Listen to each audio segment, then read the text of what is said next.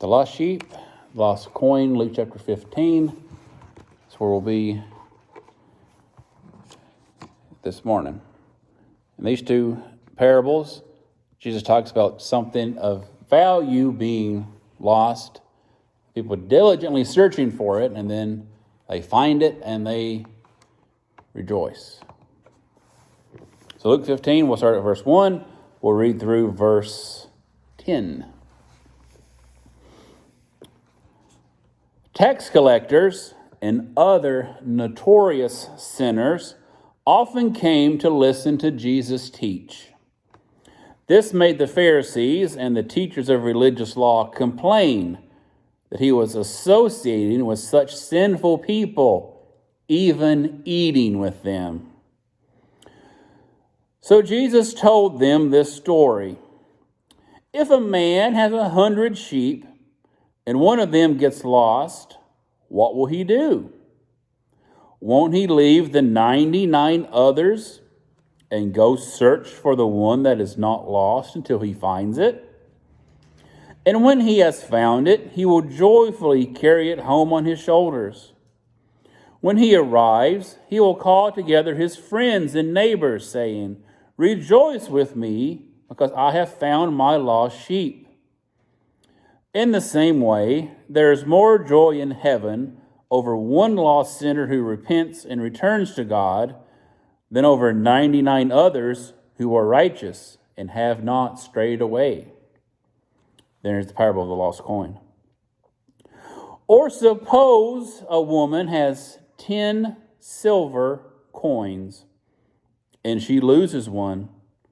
Won't she light a lamp and sweep the entire house and search carefully until she finds it?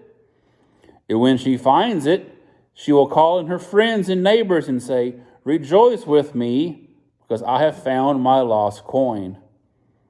In the same way, there is joy in the presence of God's angels when even one sinner repents. So the two big verses, verse 7 and verse 10. When someone repents, there's a party in heaven. There's rejoicing. There's celebrating in heaven. Of course, some of y'all, it's like, I don't know, some of you may have, at least in times past, and someone does now, have raised animals. What happens when one of those animals goes missing? Do we just forget about it? I've got more. No, you go search for it, right? You want to find the lost animal. Even though anyone ever lost a pet. One time I thought I did, and searched and searched and searched, and it's a cat. He was just really good at hiding. Glad I found him in the house hiding. But when you thought he was gone, it was an ordeal. She was there. She knows. You were there. You weren't there? You were there. Don't get you in trouble now. No, I wasn't there. It was such a big deal. It was the night before my sister's wedding. So I was at my mom and dad's house, and this cat was left at his mom and dad's house. So he left me to go find my cat. So I wasn't there. That's true, you wouldn't. Yeah, that's when we had moved. We were more or less homeless at the time. We had moved back from North Dakota, hadn't yet found our own place yet. Our junk was just in Mom's basement.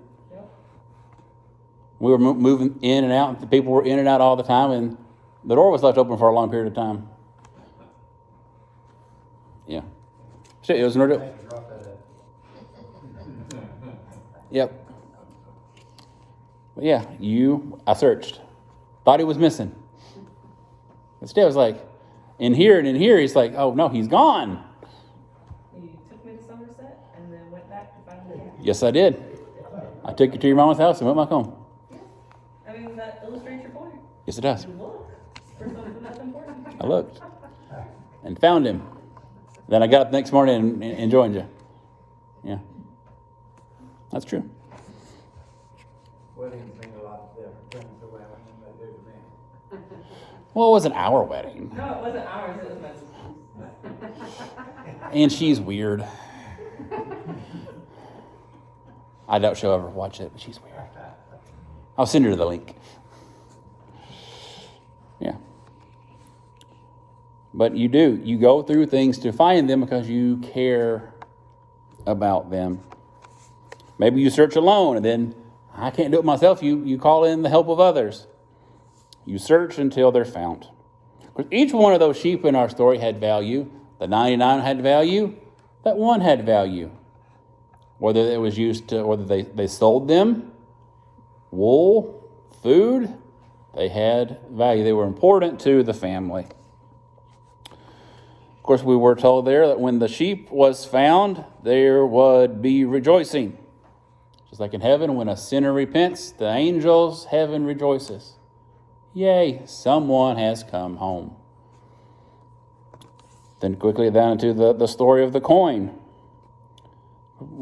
I don't know if we've said it in here before, but no, we probably have in a Bible study.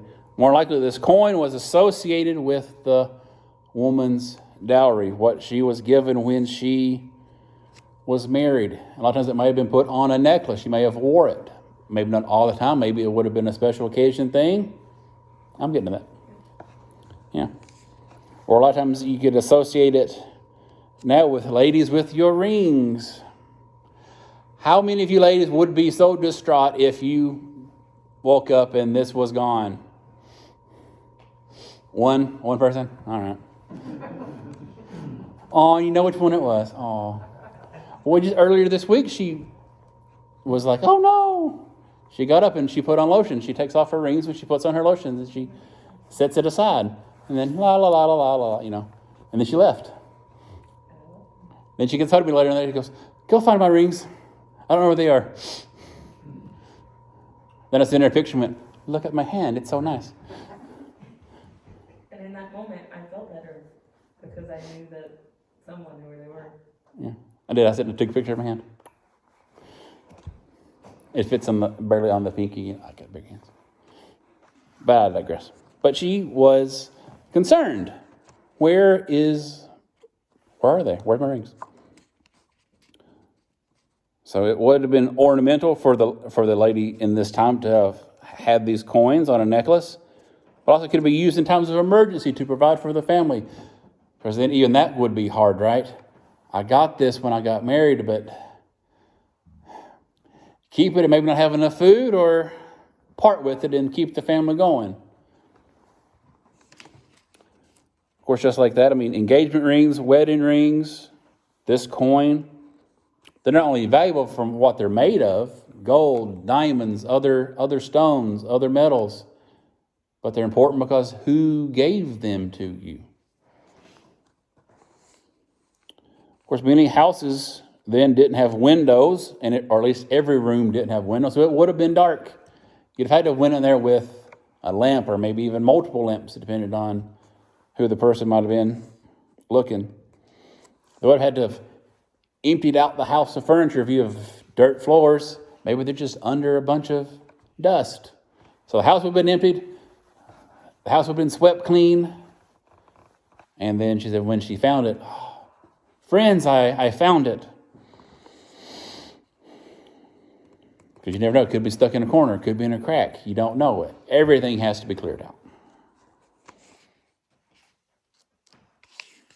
Of course, if we lost something important, of course, has anyone out there ever lost anything important or highly valuable? Did you search for it, or did you go, I don't need that anymore? I'm sure we searched for it. And hopefully we found it. And when you found your missing item, were you not happy about it? Oh, good, I found it. Maybe it's even just the remote control, right? How many of us anyone ever been there? You're watching TV and then all of a sudden you just can't find it? Where did it go? But you found it, yay. Nonetheless, you found it. Or anyone ever misplaced these things? Or you thought you lost them, but then they're on your head. Or cart keys, you can't go anywhere without them. Even if it's something little, we're happy when we find them, but it's even more so when it's something that we hold dear, something we prize.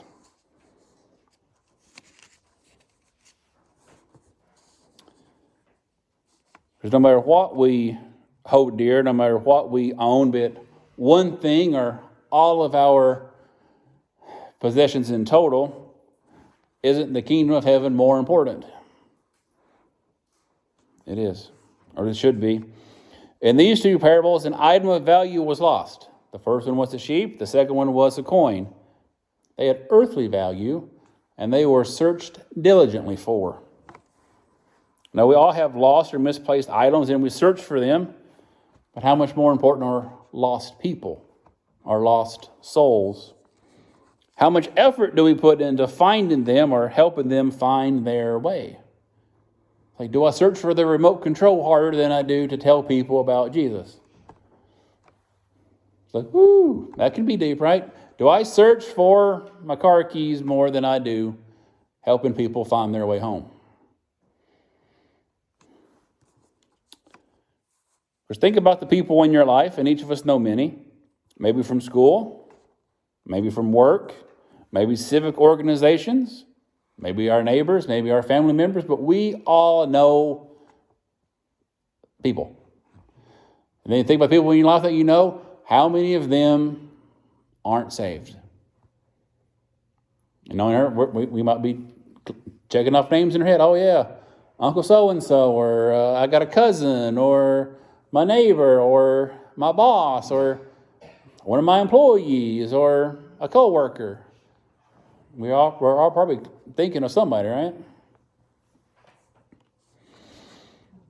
How many of them don't know Jesus? How many never read the Bible? How many never pray? How many never seek God out? How many never go to a church service, be it here or anywhere else? We're all probably thinking, I know a few of those people. Remember way back when we used to be those people. I don't want to go to church. I don't want to read. I don't believe that stuff. How much effort have you, have I, have we as a group put into showing them and telling them about God? And that can be a personal question. How much effort have I put in? Then there's a question again. Do you put more effort into finding lost earthly things than we do about sharing our faith, sharing our testimony, sharing the gospel? Okay, and there's many ways to share. So how do we reach out, or what prevents us from reaching out, be it as individual believers, be it as a couple, be it as a family, or even as a church body? 3 things we'll look at today. Do we have compassion on people? Do we accept people for who they are? At the beginning of our passage, we read that tax collectors and sinners, because tax collectors, remember, they were lumped into their own category. They came to listen to Jesus, and then the Pharisees complained because Jesus, depending on your translation, he accepted them, he associated with them, he welcomed them, he received them. He didn't kick them out. He didn't say, go away, because I know what lifestyle you lead. Go away, you wicked person. He accepted them, he welcomed them, but he didn't not call them out on their sin, all right? Then he ate with them, which can mean he was on familiar terms with them. He knew who they were, what they were about, what they did. Then more questions for us. How many, I have in quotes here, sinners do we interact with on a routine basis? That's how the scripture catches it too. They were sinners. They were not saved people. They were not part of Jesus' group. How many lost people do we come into contact with? We say, probably a lot.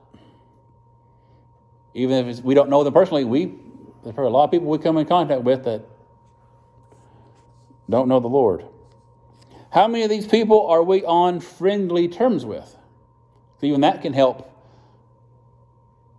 steer a conversation toward Jesus. If we know them, if they trust us, we can talk about more things freely. What is our attitude towards someone that isn't a Christian or even who doesn't belong to our church? Again, are we friendly? Are we welcoming? Or would we want to keep people at arm's length? Do outsiders see us as a friendly group? Can they reach out to us for help? If someone in our group or in the community needed something, would they feel like they could talk to you or me or us? Do we offer our love and friendship and advice to them? Are we willing to meet their physical and mental needs in hopes of opening up that door to talk to them about spiritual things? Because honestly, people don't care about the spiritual things if they're hungry. Why in the world would I want to listen to a sermon if I haven't had anything to eat in a few days? A lot of times you meet a physical need, and that opens the door. Why did you stop and help me? I'm glad you asked.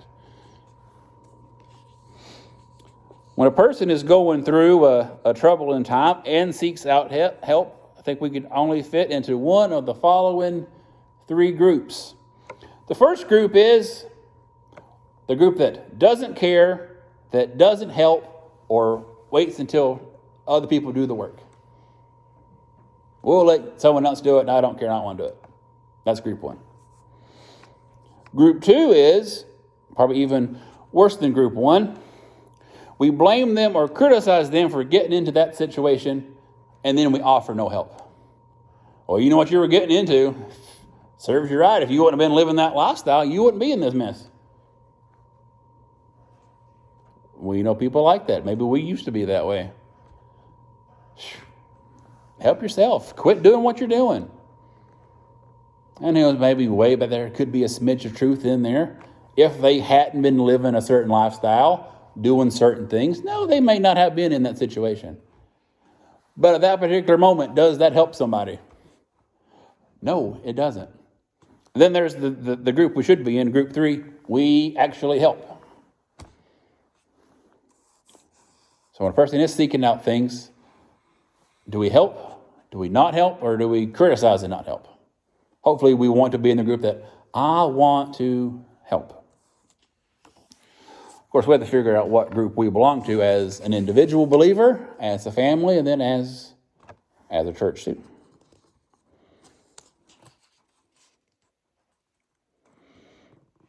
Of course, if we have compassion on people, then won't it show in what we do? I feel for you. I love you. I have that sympathy. I have that empathy. I want to reach out. Of course, the more compassion we have, it should be shown in how we live, how we talk, what we do, and what we don't do. Were the lost sheep and lost coin just stumbled upon? Hey guys, I lost the sheep, but then I wasn't looking for it, and a month later, found it.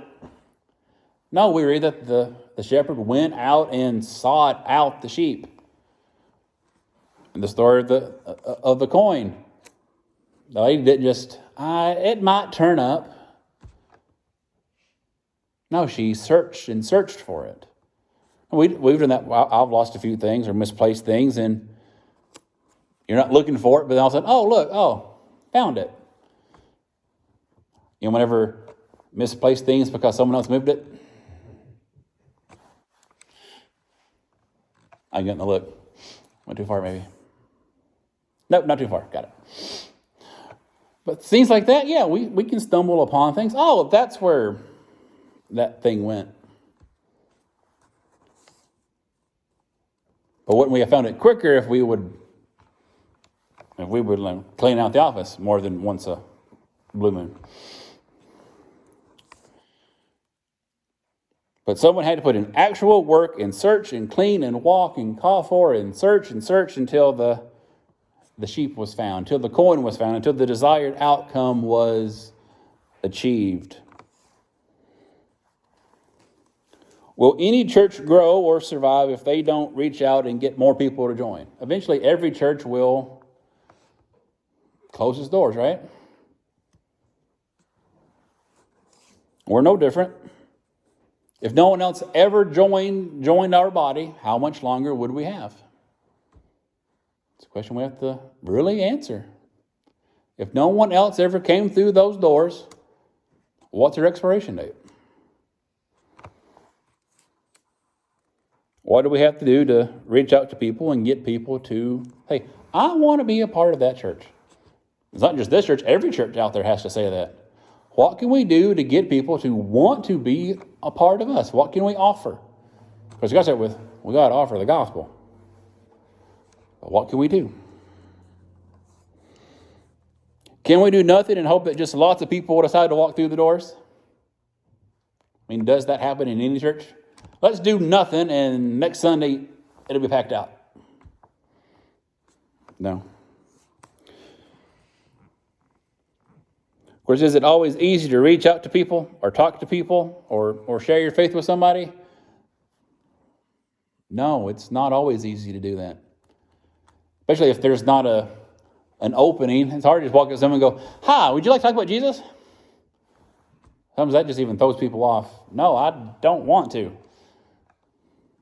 A lot of people think you're probably part of that, some goofy, silly, weird, cultish group if just to do that. The weird people at the airport will do that. Not me. You've been to the airport and have people come up and talk to you about weird things? Just me? All right.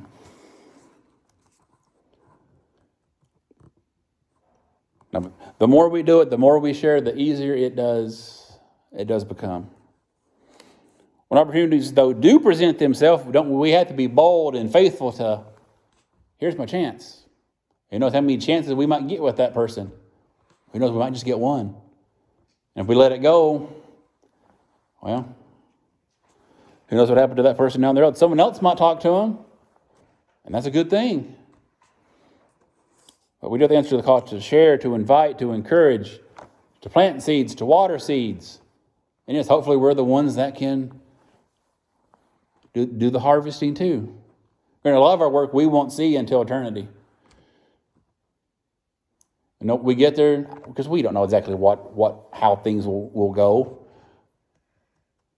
He knows if God will say, these are all the people that you influence throughout your life. We don't know. It's possible. This person is here and this person here is this one's here is because of you. What do you mean because of me? I didn't see them get saved. No, but you talked to them and they got to thinking about it and then they followed up later down the road. But if you wouldn't have said something to them, who knows? But it does feel nice, right, to be the one that brings in the harvest. Beyond that, we would probably be working on someone else's planting and watering. That we must be active in our efforts. Our compassion should drive us to doing and being persistent. Because everything starts with prayer, does it not? Lord, who do I need to witness to? And maybe he'll give you a particular person or family. Talk to, insert name here. Lord, I don't know what to say. Give me the words. Give me a passage that I can share.